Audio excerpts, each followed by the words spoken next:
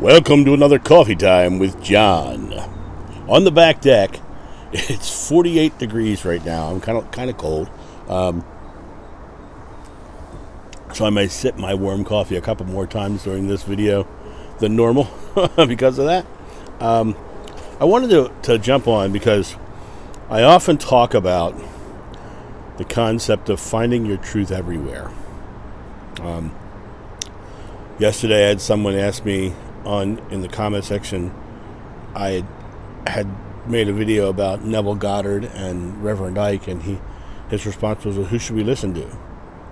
And my response was, listen to yourself, because it's for your discernment to find the truth and what you believe, because spirituality is a personal journey, and you must find what you believe and follow what you believe.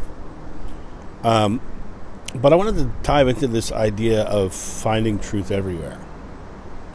There are people like me who have a YouTube channel to talk about spirituality. Reverend Ike, Neville Goddard, Deepak Chopra, Eckhart Tolle. There's a lot of different teachers out there. The Dalai Lama, right? There's a lot of teachers out there.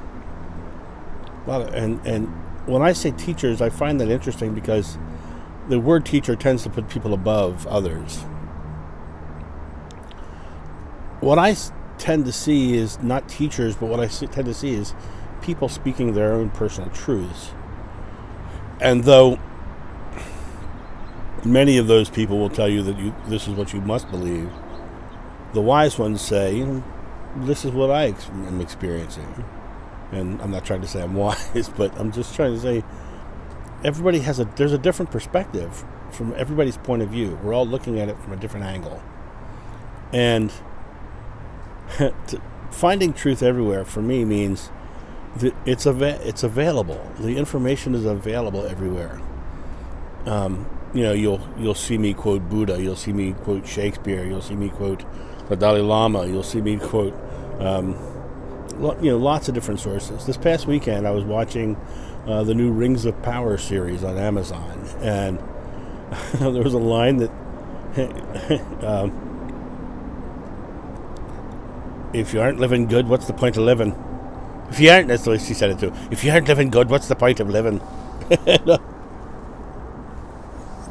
That to me is a beautiful statement, and I heard it, and I was like, if you aren't living good, what's the point of living, right? And we're here to overcome our challenges. We're here to break past them. The concept of are we living good or are we struggling? Many people will tell you that they're here to struggle so that they can overcome those struggles as part of their experience of being here. There'll be other people who say, well, just live good. Why don't you just enjoy your life and overcome those struggles? And to me, it's not about coming here to struggle. It is literally about coming here to overcome struggles. We come here clean and clear from the other side, and we are given dogma and fear and anxiety here in the physical plane because of that is where it exists.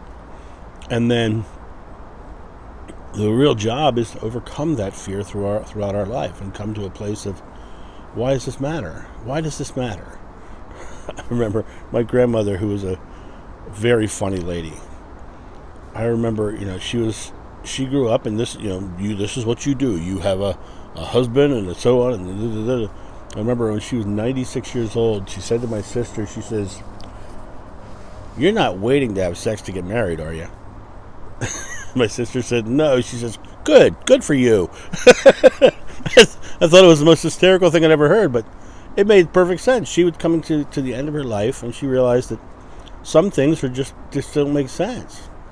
Some things just don't purport with natural experience, right? Really comes down to the idea that we are here in this world to overcome, or to live joyfully, to express love, and expressing love and experiencing love and is living good. And when you look at the that Buddhist quote that I've mentioned many times, life is suffering because of our habitual responses to our subconscious belief, right? Well, we're given that subconscious belief through the dogmas and through the fear-based teachings that we receive when we're young, and the rest of our life is overcoming those challenges. But we can overcome those challenges at any time. We can set down our fears and anxieties at any time. It's a matter of choice. It's a matter of saying, in this moment, I am letting this go. I am setting these things down. The Buddha said, the secret to enlightenment is the eradication of fear. Well, all those things that are given to you as a child is your fear, is your anxiety, is your stresses. And it talks about the valley of the shadow of death. The valley of the shadow of death is the physical experience. You're down in this valley where death is a possibility. Because it's not a possibility on the other side. It's eternal over there. Life is eternal. And so the only place that there is a shadow, that is an important one, a shadow of death, is the other side, is here, in the physical realm. The other side is there is no death. So here there's this looming shadow, this looming presence of death that we suffer past, or we are afraid of. And that shadow of death is the thing we must overcome. We must overcome the fears, the anxieties, the stresses. Things are as they are, but if you aren't living good, what's the point of it, right? If you're not expressing your love and enjoying your love.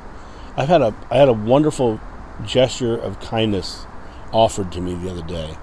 Someone wanted to send me a gift, and my response was, please don't send me anything. I'm purging my house right now to get rid of stuff. I don't want more stuff in my house, but I appreciate the gesture. And it was this beautiful little glass heart, and I thought, well, that's lovely. I said, but what? And I stopped and I thought about it. What would be a better gift to me? So I sent a message back. Said, you want to give me a real good gift? Wrap that beautiful glass heart in some cash. Go find a homeless person and give it to them. But before you leave that person, make them laugh. Make them feel that experience. And that's the best gift you could give to me. Give them some cash, give them that heart, and give them a laugh. And walk away, feeling like you've given love. That is, that's the best gift, right? So, to me, that is living good by saying, rather than give me that, give it to somebody else. Give it to someone who's in need right now. Someone who's standing on a corner because they've got no other choice. People will often judge the person in the corner. Well, if I give them money, they'll go just buy booze with it. Maybe you giving them the money is the moment of them going, look, someone cared. Maybe you giving them the money is the moment of them saying, look, I don't have to kill myself. Maybe you giving them the money is the moment of offering love in a way that they can understand or accept. Maybe in that moment, you are the one who is delivering God. But if you're going to judge them about some presupposed possibility of something they might do, you're denying them the opportunity of experiencing love through you.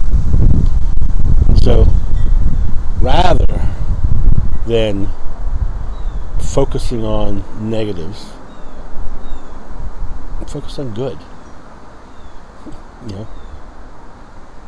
If you aren't living good, what's the point of living? If you aren't living good, what's the point of living? Be the good. Live good so people can experience God through you. Find your truth everywhere and experience that. And find love everywhere. Find love everywhere. Because love is God and God is love. And you can deliver God any moment of any day. You can deliver love. You can deliver God. You can be the source that brings hope and joy and compassion to someone who desperately needs it at a specific time in their life. You have the ability. But only you can choose to do it. You're the only one who can choose to say, this is truth for me, and I'm living good. This week is starting to kick up, and I'm starting to get colder, so I'm going to get out here before my coffee gets cold, because that would be sacrilege. You guys have a great day, and I'll talk to you soon. See ya. Bye. Thank you so much for watching.